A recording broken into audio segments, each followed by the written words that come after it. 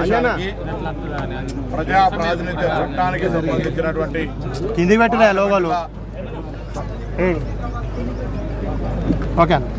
దక్షిణ భారతదేశాలకు సంబంధించే కాక పంజాబ్, ఒరిస్సా తదితర రాష్ట్రాలకు సంబంధించినటువంటి ప్రజాప్రతినిధులు అందరూ వచ్చినారు.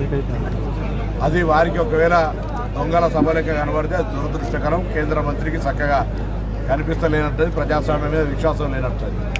ఈరోజు కేంద్ర ప్రభుత్వం తెచ్చేటువంటి ఈ యొక్క కాన్స్టిట్యున్సీస్ రీఆర్గనైజేషన్ సంబంధించినటువంటి విషయం లోపల మన రాష్ట్రాలకు అన్యాయం జరుగుతుంది. కేంద్రానికి సంబంధించి అనేక సందర్భాల్లో తెచ్చినటువంటి సంస్కరణలు అమలు చేసి ఈరోజు జనాభా శాతం తక్కువైనంత మాత్రాన పార్లమెంట్ సీట్లు తక్కువైతే ఊరుకోం. ప్రజాప్రాతినిధ్యం ఎక్కువ ఉండాలి. పెరుగుతున్న సీట్ల సంఖ్య, ప్రస్తుతం ఉన్న సీట్ల సంఖ్య ఆధారంగా జరగాలి. లేదా ఒక 25 ఏళ్ళ పాటు డిలిమిటేషన్ వాయిదా వేయాలనే డిమాండ్తో నేను కూర్చున్నాను.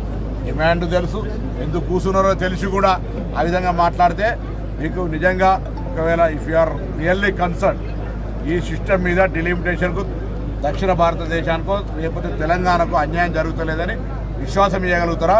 యూపీలో 80 నుంచి 120 సీట్లు అయితే తెలంగాణలో 17 నుంచి 25 సీట్లు అయితే కాదా? బండి సంజయ్ గారు చెప్పమని కోరుతాం.